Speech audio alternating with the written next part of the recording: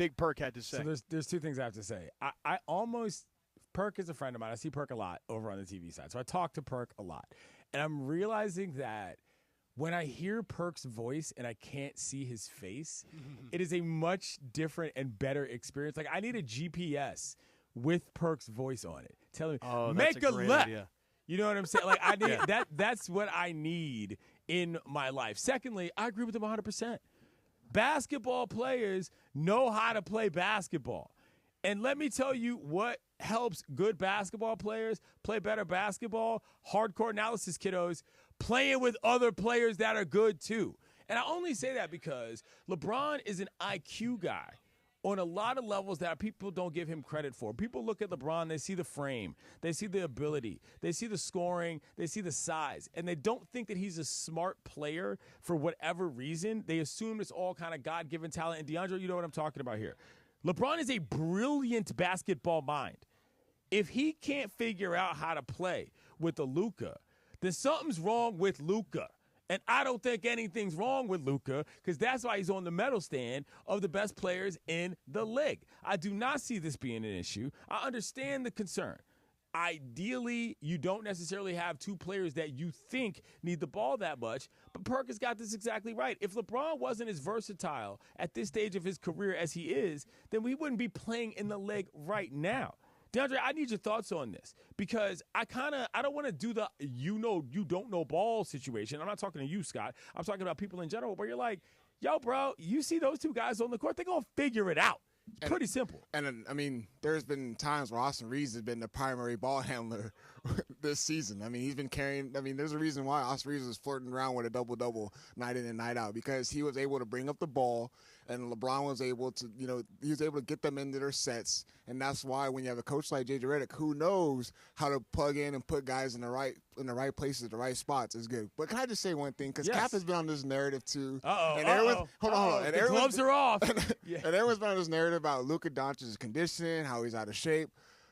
But there's one thing that you can't teach, and that is talent, skill, and Luka Doncic. Getting buckets, Scott. Luka Doncic, he might be out of shape or out of shape. Sure. His condition might be terrible.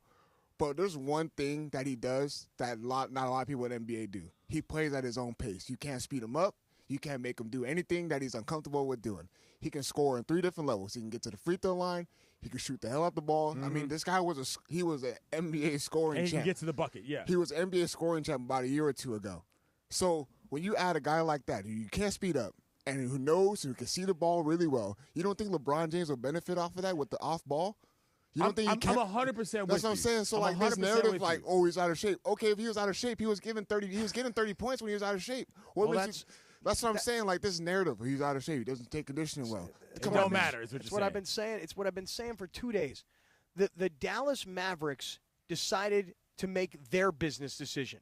And if you believe every report, their general manager focused in on Anthony Davis, which is why they did not open it up for trade. They could have gotten so much more from somebody else for Luka. They said they wanted Anthony Davis. And when they were trading Luka and the fans are out front of the arena and there's a casket there and people are screaming, sell the team, and they're willing and people are canceling their season tickets, why do the Dallas Mavericks trade Luka? Their answer was, he's fat, he's out of shape, we're worried about his future conditioning, he's always got this calf injury because he's carrying around too much weight. I don't buy it for a second. You look at last year and the number of games he played, the number of minutes he played, the number of points he scored. Listen, you may tell me that he's carrying around 15 or 20 extra pounds, and maybe that's the case, and maybe he'd score 3 more points per game. Maybe he'd play 1 more minute per game if he lost 15 pounds. Maybe he wouldn't. But this idea that he's out of shape is so ridiculous to me. And so when Big Perk says that he's pissed off that he hears people say that LeBron and Luka can't play together, that pisses me off as well. And by the way, we're not talking about 2 5'11" point guards here. Right. We're talking about 2 guys who are both 6'8". They're both brilliant basketball guys. They'll figure out a way to make this all work. But it's kind of like Shaq said last night. Luka is still better than like almost everybody, even with what he looks like. Lindsay, can you play what Shaq said last night? Sure can. Let's hear what Shaq had to say.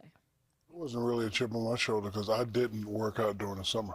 because I had other obligations, family, children, and I wanted to work my way into shape. That was my method. It worked for me. There was a lot of so-called methods of how to get it done. You come in shape and you become a first ballot Hall of Famer, you win 3 championships in a row. That's your way. My way, I did it my way, and I'm happy with the way I did it. What do you think of Luka's way? I mean, I don't know. He doesn't look out of shape to me. Like, I need to know what the term when you say out of shape, is he fat? Does he have a six-pack? Does he not have it? Like, are we talking body fat? A lot of stories he's ballooned up to 270. Because one of my best friends just told me fat Luka is better than 99.9% of all the guards in the game. So, in shape Luka, 5 years, first team NBA. Fat Luka or this out of shape Luka, first team All NBA 5 years. So, if that's the case, they let him go. Obviously, I would definitely have to blame management because there's better ways to handle that. Scott, let me just say this. I don't need to sit around and talk about Luka's body image to know that LeBron James and Luka Doncic are going to be fine on a court together. This is not Magic Johnson joining a team with Kareem Abdul-Jabbar in the middle from a simple basketball standpoint. You see what I'm saying? Like, in terms of the way that the game works in the NBA these days, these two figuring it out is a far lower hurdle to clear than I think a lot of these matchup issues that people seem to think are going to be a problem are. You know what I'm saying? Like, they're both smart basketball players who both have very versatile games. That's why you trade for him to begin with. Otherwise, this would be completely asinine, and to me, it's not. I know, and I actually think the Lakers are going to be better. And listen, last night, just going back to that Clipper game last night, you would have thought that with no Anthony Davis, no Max Christie, that this team – and by the way, no Luka yet on the roster, right? That you're down essentially 3 guys, and that maybe the Lakers might come out like, hey, I'm not really sure who we are or what we are. And they came out last night, and they did something, since you've asked Deondre, we've been complaining about effort. Last night, the Clippers looked like they had someplace else to be, and the Lakers came out and said, we're about to get significantly better, and I better take my shots while I still have an opportunity to take my shots. And there was a time, man, they couldn't miss. And they played with effort and heart last night. And I don't know if that was a message that was sent to Luka, like, hey, look, man, like, this is what you're going to get on a night in and night out basis.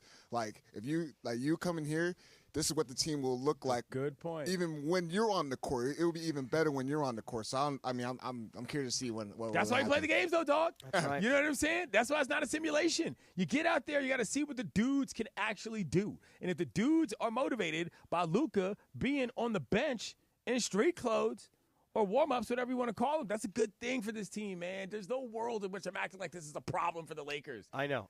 Every basketball analyst that tells me about ball domination and inability to work together, I'm like, you guys are crazy. You don't have to be a basketball expert to figure out that these two guys are going to be great together. Hey, listen, coming up, Kevin